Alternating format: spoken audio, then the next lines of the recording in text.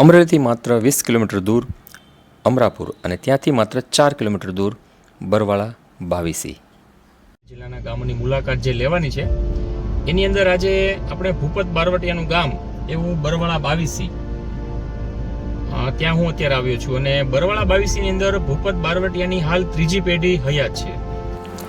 સૌરાષ્ટ્રની ધરતી જેવી શાંત લાગે છે તેવી જ એની અંદર છુપાયેલી છે બહાદુરી, બળવો અને ઇતિહાસની આગવી કહાની.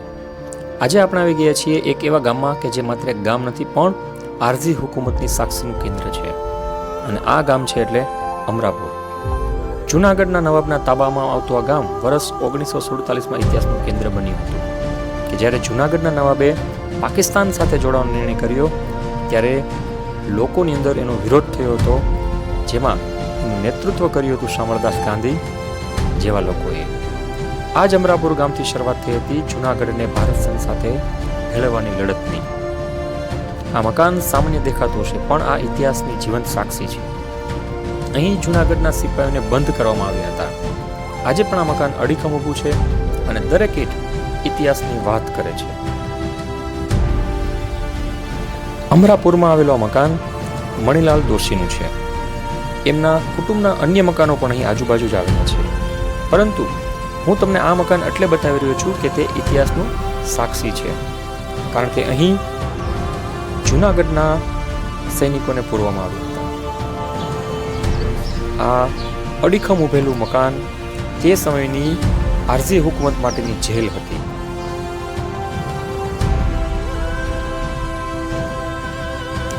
અમરાપુરમાં આવા ઘણા જૂના મકાનો આજે પણ હયાત છે અને આ બધા મકાનો ઇતિહાસની સાક્ષી પૂરી રહ્યા છે. એમનું બાંધકામ આજે પણ એટલું જ ભવ્ય છે. તેમ છતાં તમે જ્યારે અહીં આવો છો ત્યારે તમને એક અનોખી શાંતિ સાંભળવા મળશે, અનુભવવા મળશે અને તે શાંતિ તે સમયના ઇતિહાસની સાક્ષી પણ પૂરે છે. ત્યારે આ ગામમાં કેવો માહોલ હશે તે પણ આપણે વિચારવું પડે કે જ્યારે આરઝી હુકુમતની શરૂઆત શામળદાસ ગાંધી, અમરુવાળા સાહેબ જ્યારે અહીં હતા અને આ ગામ ઉપર જ્યારે પ્રથમ કબજો કરવામાં આવ્યો કે જે જૂનાગઢના નવાબના તાબામાં હતું, તો આવા મકાનો તમે જ્યારે અમરાપુરથી નીકળો ત્યારે ચોક્કસ અહીં પધારજો અથવા આની મુલાકાત લેજો. ખૂબ ભવ્ય મકાનો છે આ.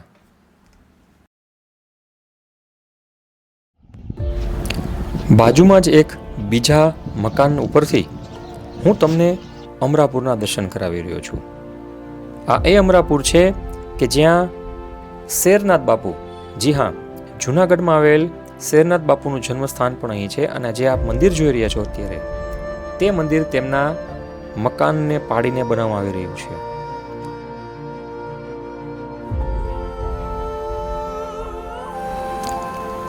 ભારતનું ગામડું કેવું હોય તો કે ગામની વચ્ચે રામજી મંદિર આવેલું હોય અને એ મંદિરના ચોરે જ્યારે આપણા વડીલો બેઠા હોય ત્યારે ત્યાં ભૂતકાળના ઇતિહાસની વાતો થતી હોય છે.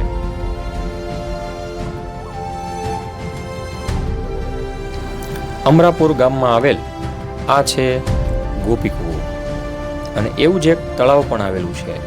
આનો પણ એક સરસ મજાનો દાન મહારાજને સાથે સંકળાયેલો પ્રસંગ છે, પણ એ હું તમને ફરી ક્યારેક જણાવીશ. હાલ તો અત્યારે હવે આપણે જવાનું છે બરવાળા બાવીસી.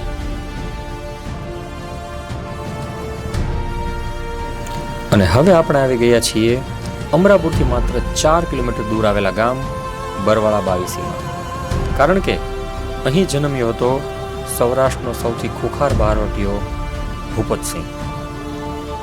નામ હતું ભૂપતસિંહ, પણ લોકો તેને ઓળખતા હતા બહારવાટિયા તરીકે. કહેવાય છે કે તેના નામે લગભગ 87 હત્યાઓ અને 70 જેટલા ગુનાઓ નોંધાયા હતા. તેની સાથે તેના 12 સાથીઓ હતા. જે 12 સાથીઓ હતા એમાં મુખ્ય લખુ જયતા માંજરિયા, કાળુ રાવત વાંક, રામજીવા બસિયા, દેવાયત આહિર, દેવાયત ખાચર, ભગુ ડેર, રાણા ડાંગર વગેરે હતા. એક તરફ દેશભક્તિ અને બીજી તરફ બળવો.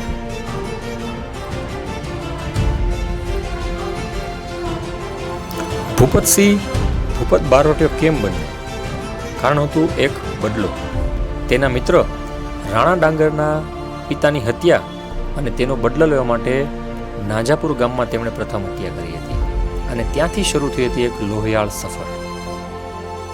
અત્યારે આપ જે જોઈ રહ્યા છો એ છે બરવાળા બાવીસી ગામ અને ત્યાં જ એમની ત્રીજી પેઢીનું ઘર હાલમાં આવેલું છે, એટલે કે ભૂપતસિંહના ભાઈઓના દીકરા અહીં રહે છે.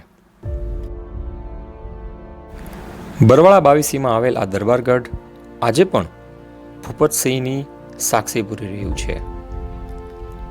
બરવાળા બાવીસી છે એ અમરાવાળાના સ્ટેટ એટલે કે એના રાજ્યમાં આવતું હતું અને તેમના ભાઈઓના ભાગમાં બરવાળા બાવીસી આવેલું હતું. આ મકાન જે છે એ બરવાળા બાવીસીમાં આવેલ ભૂપતસિંહ બુબના ભાઈઓના મકાન છે. હાલ આ ગામમાં લોકો ભાઈચારાથી રહે છે, પણ ભૂતકાળમાં જ્યારે ભૂપતસિંહ અહીં રહેતા અને ત્યારે સૌરાષ્ટ્રના ખાસ કરીને રાજકોટ, જૂનાગઢ અને અમરેલી આ 3 ગામોમાં તેમણે કાળો કહેર વર્તાવ્યો હતો. ભલે ભૂપતસિંહ બારવટીયો હતો, પણ કહેવાય છે કે તેણે ક્યારેય સ્ત્રી અને બાળકોને હેરાન કર્યા નથી. તે બહાદુર હતો, ચપળ હતો અને એક શ્રેષ્ઠ ખેલાડી પણ હતો. ભૂપતસિંહ અમરુવાળાના રાજ્ય વાઘણિયા તરફથી અમરેલી જિલ્લામાં થયેલ રમતોત્સવમાં ભાગ લઈને ઘણા બધા મેડલો જીત્યા હતા. ભૂપતસિંહ બંદૂક ચલાવવામાં, લાંબી કૂદમાં, ઊંચી કૂદમાં, ઘોડેસવારીમાં ખૂબ કાબેલે તારીફ હતા અને એને કારણે જ જ્યારે ભારત સરકાર કે સૌરાષ્ટ્રની સરકાર એને પકડી ન શકી ત્યારે પોતે સરકારનું દબાણ વધતા પાકિસ્તાન જતા રહે છે અને જીવનના અંતમાં ત્યાં તેણે મુસ્લિમ ધર્મ અપનાવીને અમીન યુસુફ નામ ધારણ કર્યું હતું. કરાચીમાં દૂધની ડેરી શરૂ કરી અને ત્યાં જ અમીનબાઈ જોડે લગ્ન કર્યા હતા અને વર્ષ 1996માં કરાચીમાં અમીન યુસુફનું અવસાન થાય છે, એટલે કે ભૂપતસિંહનું અવસાન થાય છે. આજે પણ બરવાળા બાવીસીમાં ભૂપતસિંહના કિસ્સાઓ સાંભળવા પણ મળે છે. આમ તો જો કે તમે સૌરાષ્ટ્રમાં જ્યારે આવો ત્યારે ભૂપતસિંહના ઘણા બધા કિસ્સાઓ તમને સાંભળવા મળશે. તે સમયની સરકારમાં ભૂપતસિંહની કેટલી રાડ હતી તે પણ તમે જાણી શકો છો. અને આ બરવાળા બાવીસી ગામના પાદરમાં આવેલ પાળિયાઓ છે કે જેમણે પોતાના ગામની રક્ષા માટે પોતાના જીવનના બલિદાન આપ્યા હતા. તો મિત્રો, આ હતા ભૂપતસિંહ બારવટીયા અને તેમની થોડી ઘણી વાતો. ફરી મળીશું એક નવા વિડીયોમાં. તો મારી ચેનલને લાઈક અને સબસ્ક્રાઈબ કરો અને જો વિડીયો ગમ્યો હોય તો વિડીયોને શેર કરવાનું ભૂલતા નહીં. હર હર મહાદેવ. જય દ્વારકાધીશ.